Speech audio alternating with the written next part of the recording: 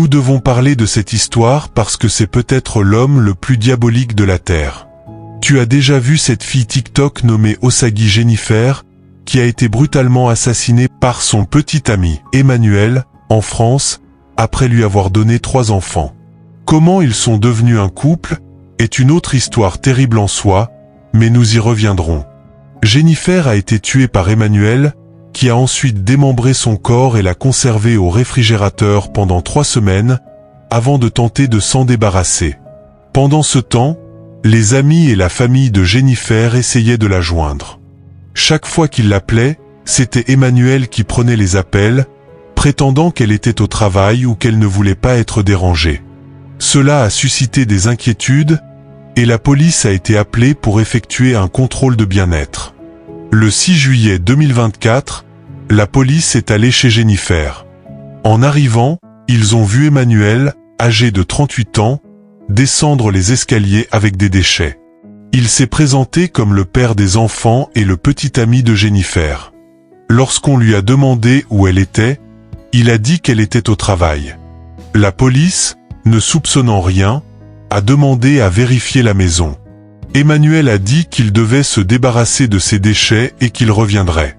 La police a attendu son retour, mais il n'est jamais revenu. Ils ont alors décidé d'entrer dans la maison et ont découvert que les enfants étaient enfermés dans une pièce. En les sauvant, ils ont remarqué leur mauvais état et les ont rapidement emmenés à l'hôpital. Lors de leur deuxième visite, ils ont fouillé le réfrigérateur et trouvé des parties du corps de Jennifer. À ce moment-là, ils ont compris qu'il s'agissait d'un meurtre. Ils ont également trouvé un sac dans lequel Emmanuel avait essayé de se débarrasser de preuves, y compris la tête de Jennifer. La police a pu l'arrêter avant qu'il ne puisse éliminer d'autres preuves. Emmanuel a été déclaré recherché pour le meurtre de Jennifer Osagi, 25 ans.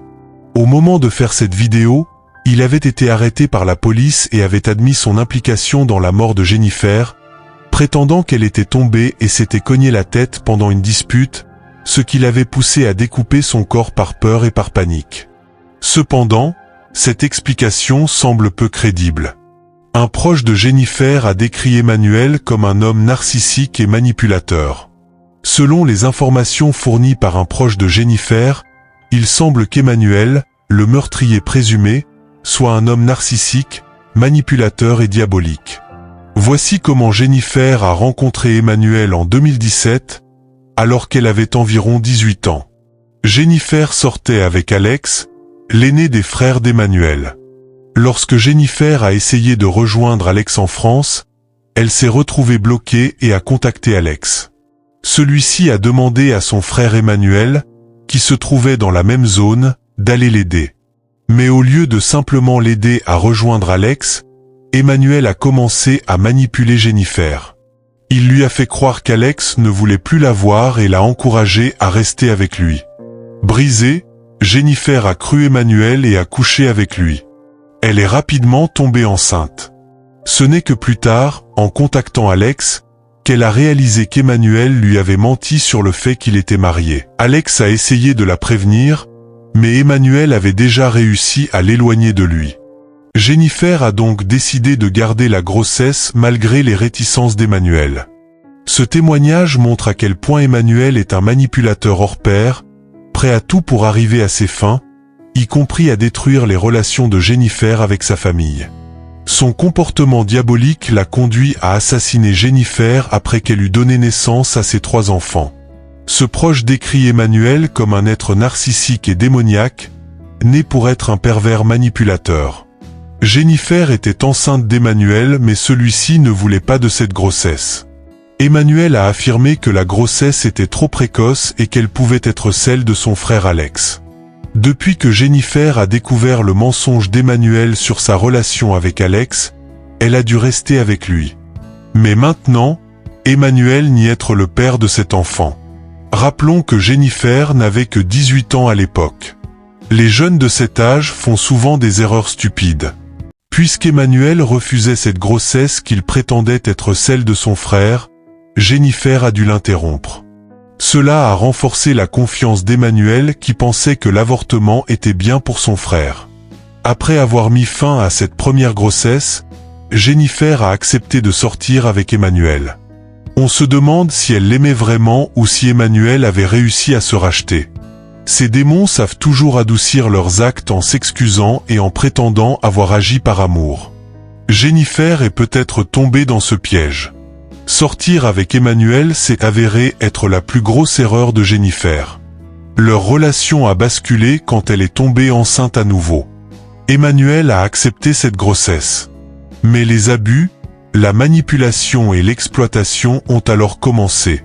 Pour montrer à quel point Emmanuel est diabolique, il faut savoir qu'aucun des deux n'avait de travail. Ils vivaient des aides sociales du gouvernement français, surtout quand on a un enfant. Un jour, Emmanuel a eu un plan machiavélique. Il a demandé à Jennifer d'aller dire à la police que son ex-petite amie l'avait amenée illégalement en France pour se prostituer. Grâce à ces faux témoignages, cette femme a été emprisonnée pour proxénétisme.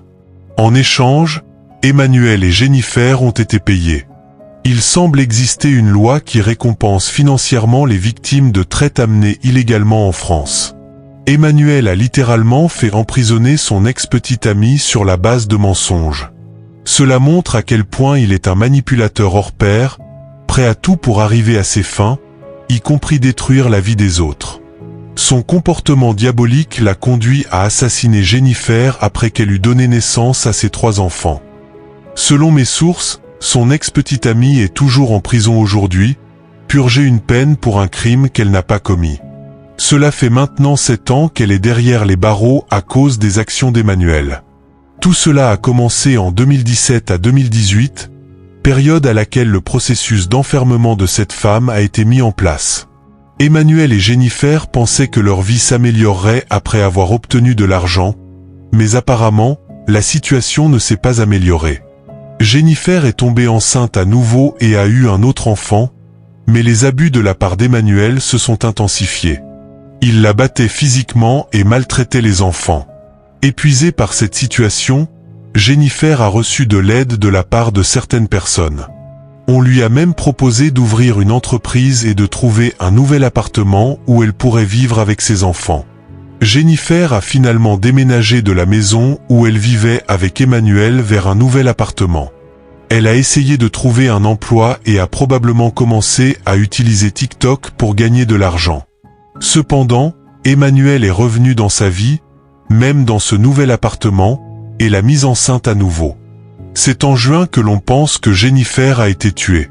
Emmanuel prétend qu'elle est morte durant une dispute, affirmant qu'elle a glissé et est tombée en traînant son téléphone portable. Cependant, il est difficile de croire cette version des faits, surtout compte tenu de la personnalité d'Emmanuel.